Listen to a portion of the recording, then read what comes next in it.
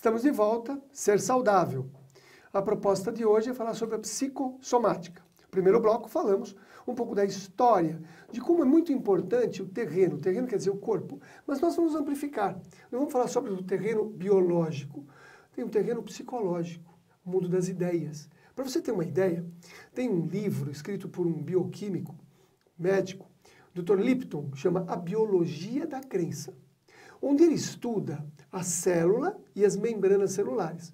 As membranas celulares é a capa de proteção da célula. É o que deixa entrar a informação, entrar nutriente ou não. Então ele chegou à conclusão de que, hoje em dia, já se sabe, digamos, o cérebro da célula é a membrana celular, não é o núcleo. Porque na membrana que vai ter as portas para entrar as informações para desenvolver as proteínas. Mas simplificando, é uma porta que vai entrar ou não. Ele chegou à conclusão e percebeu, dependendo do tipo de pensamento, a gente interfere na membrana da célula, permitindo que haja produção de certas proteínas, isto é, haja manifestação de certos genes ou não. Então, o pensamento interfere na membrana que vai produzir certas proteínas de acordo com genes ou não. Isto é, de acordo com algumas proteínas e alguns genes que são acionados, nós vamos ter algumas doenças. Por isso que o pensamento, a emoção, vai trazer alguma condição de a gente ficar doente ou não. Exatamente. A psicologia explicada cientificamente, essa psicossomática estudada, né, de uma forma bastante acadêmica, mostrando o quê? Que as emoções têm certas ligações, que existe uma psicologia dentro da emoção. Que emoções são essas, pessoal, para você nos entender? Alegria, tristeza, raiva, mágoa, cólera, tudo isso, saibam vocês, que acaba, à medida que você tem esta sensação, o nosso sistema nervoso é bastante inteligente. Ele capta esse estímulo, né, vai lá numa região dentro do cérebro chamado hipotálamo, do hipotálamo na hipófise e vai descendo numa cadeia bioquímica. Chega numa região chamada amígdala, que está lá dentro do seu cérebro, e essa amígdala, ela transforma esta sensação numa reação.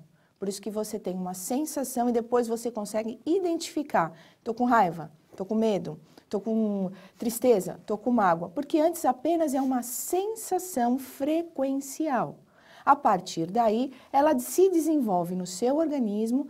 Volto a dizer, você tem como resultado um sentimento e tem um comportamento.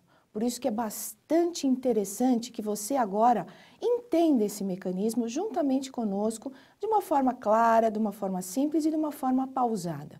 Todas as vezes que você tem uma sensação, vamos começar assim, eu estou com uma sensação de alegria. Muito bem.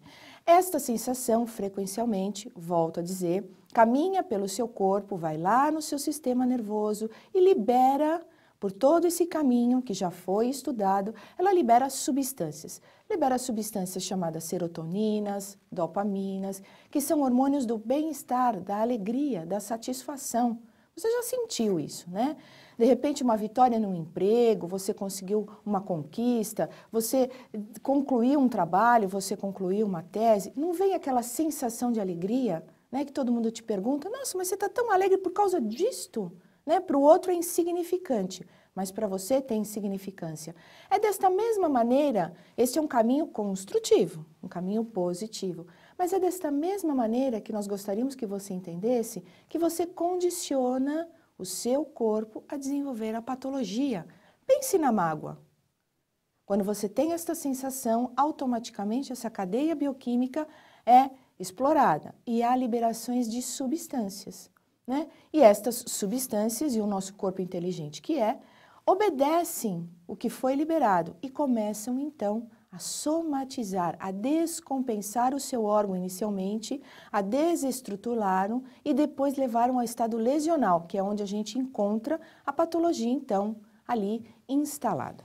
É importante separar, porque às vezes a pessoa fala, o médico disse que o meu problema é emocional. Isso dá a impressão de que a pessoa não tem nada.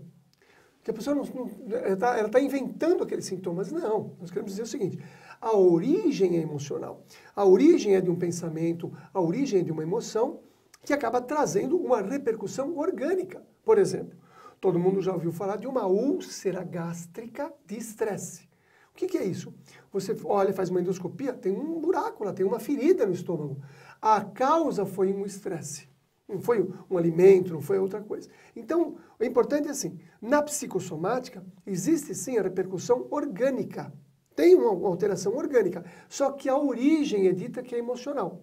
Por isso que nós estamos aqui trazendo para você que existe essa ligação. Por exemplo, o estresse envelhece. Mas por que o estresse envelhece? Temos percebido em algumas pacientes, principalmente mulheres, onde nós tratamos a questão da menopausa, repomos os hormônios bioidênticos, vamos harmonizando, e aí o que acontece? Elas vêm estabilizadas, sem sintomas. De repente, elas vêm com os mesmos remédios, com as mesmas condições hormonais, trazendo informação de que estão de novo tendo os calores, os mal-estares. Vamos tentar entender. Por que o hormônio, que estava funcionando adequadamente, entre aspas, parou de funcionar ou não é suficiente? Na história, ela passou por um estresse muito grande. Então, nós temos percebido, por exemplo, que o estresse gasta hormônio. Então, nós temos uma dose de hormônio e ele gasta hormônio. Então, vários hormônios corporais, nós temos vários, eles podem se desgastar quando nós passamos uma pressão muito grande, um estresse muito grande. Ora, hoje sabemos que não é como pensávamos antigamente, que nós íamos envelhecendo e por isso os hormônios iam diminuindo. Hoje sabemos que é o contrário. Os hormônios vão diminuindo e por isso nós vamos envelhecendo. Então, se eu, digamos, gasto muito hormônio, eu envelheço mais rápido. Se eu gasto hormônio, como? Pelo estresse. Então, o estresse, aí vem como eu interpreto a vida, como eu vejo as questões, como eu consigo administrar as questões que vêm para mim, eu vou ter mais estresse, mais pressão, gasto mais hormônio, envelheço mais rápido. Todo mundo já ouviu uma história de um pai, de repente, que estava relativamente jovem, perdeu o filho, e 2 dias depois está com o cabelo todo branco. Quer dizer, houve uma alteração estressora muito grande, alterou o corpo orgânico. Essa é a ponto que nós estamos conversando hoje. Exatamente.